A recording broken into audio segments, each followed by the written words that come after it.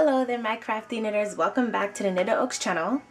Today I'm here to answer some of your burning, most frequently asked questions. Now, just to be clear, I do answer these questions often. As soon as they come in, I try to answer them, but some of them are overlapping, so I figured why not do a video.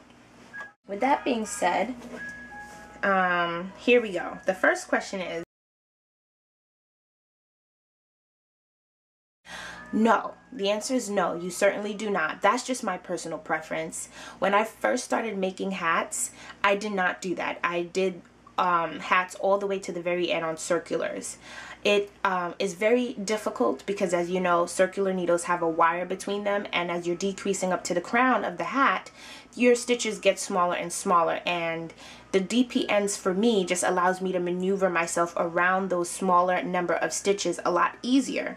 Whereas when I was used to in the past use the circular needle, I'd have to drag the wire outwards. It was just a lot of stuff, and it's just easier. And where circulars, you only have 2 needles attached by a wire, where circular DPNs, double pointed needles, you have several, so you can transfer those stitches and get it small and tight and precise.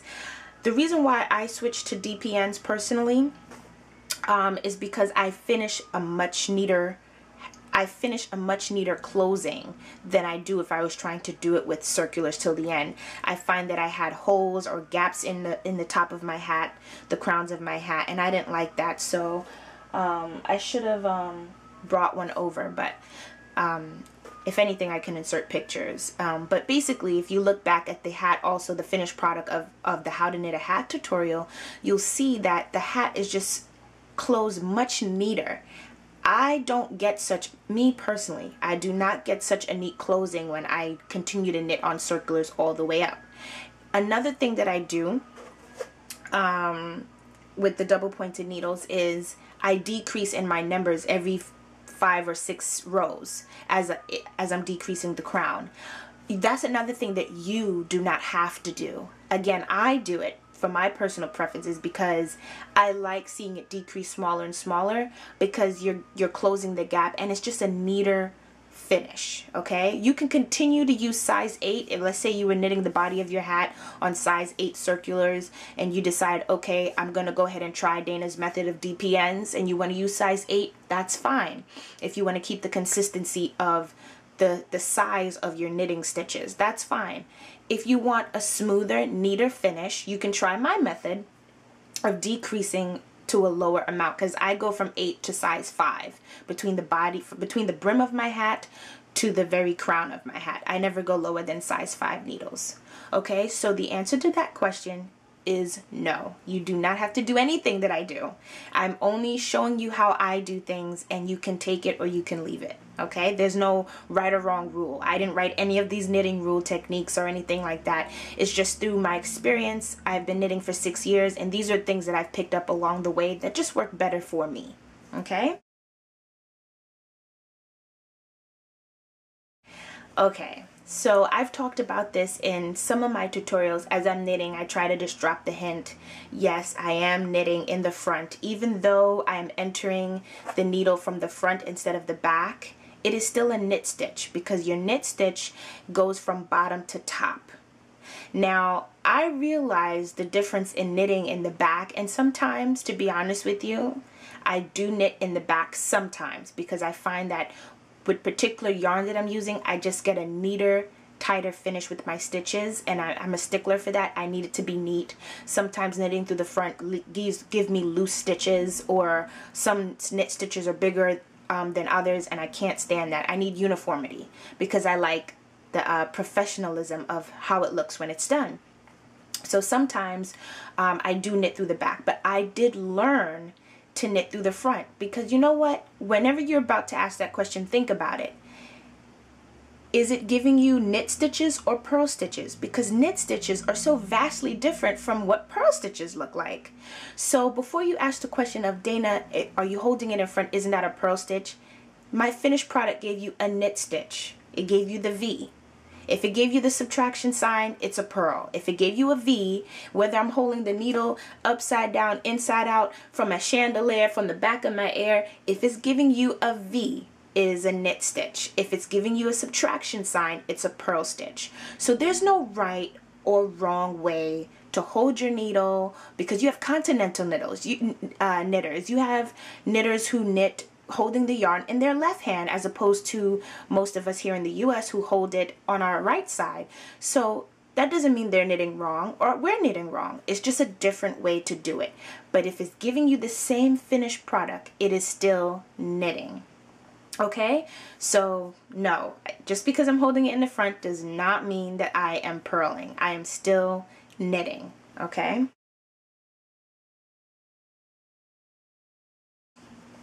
The name of the song is, it's just called Theme Song. That's what my friends and I named it. I used to have a full out video here up on our channel, but I decided to take it down as I just decided that I want to just leave it to being the intro and not having a full out video as I used to anymore. So I'm sorry you can't see the full video or hear the full version of the song anymore. But it is a song that my girlfriends and I in not college, law school did together. And you know, they knew I was just started my channel. They knew I was into knitting, and you know, late one night was in my apartment and just jamming, and that's what we came up with. So it's just called Theme Song, and it's just a song that one of my friends wrote. Like, she wrote all the lyrics out, and so what you're hearing, I believe, is a part of the hook and maybe one or two lines, because I cut it up to be my intro and outro on most of my videos. Okay, so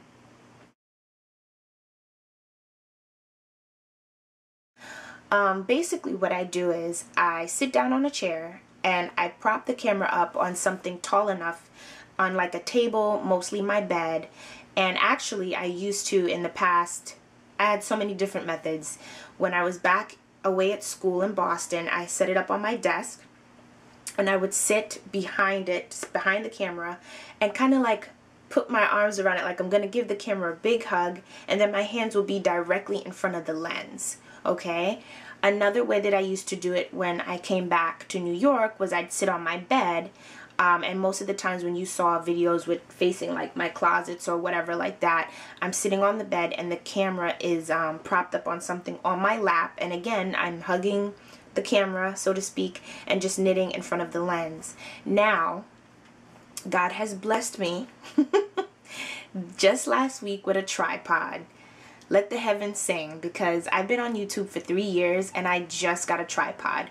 But that just goes to show you can use what you have. I was very innovative. If you look back to my very, very early videos back in 2009, I used to prop up the video on this cupboard. Again, I would sit behind the cupboard, put the camera on the cupboard, and just knit in front of the lens. But it was a little bit raggedy, it was shaking. Sometimes the camera would move a little bit, but that was the beginnings. My heart was in it to show you guys what I know, and I just used anything I had. Right now, this is my first time doing a face-to-face video with you guys, where I'm not standing up. And for the past year, I've had to stand up because I had to set the camera up to my eye level, which now had to be at a higher point than just on a table or my bed or my lap, obviously. So now I have a tripod, so I'm able to sit down and do my videos. I'm using the Canon PowerShot SX210IS. I'll put the words, the photo, everything. It's the 14x optical zoom. I've had this camera for a year and some change now. So this August will be 2 years since I have it, and I love it. It's clear as day, as you can see. Like, it is true, it does do 14x optical zoom, so I can be really far away and zoom really in all up to your pupils if I wanted to. So yes, those are my most frequently asked questions. I pray that I got some stuff clarified for other people who have not heard these answers before and were going to ask me anyway. I hope that this helps you out. Thank you so much for watching. Stay blessed, and I will see you in my next video. Bye!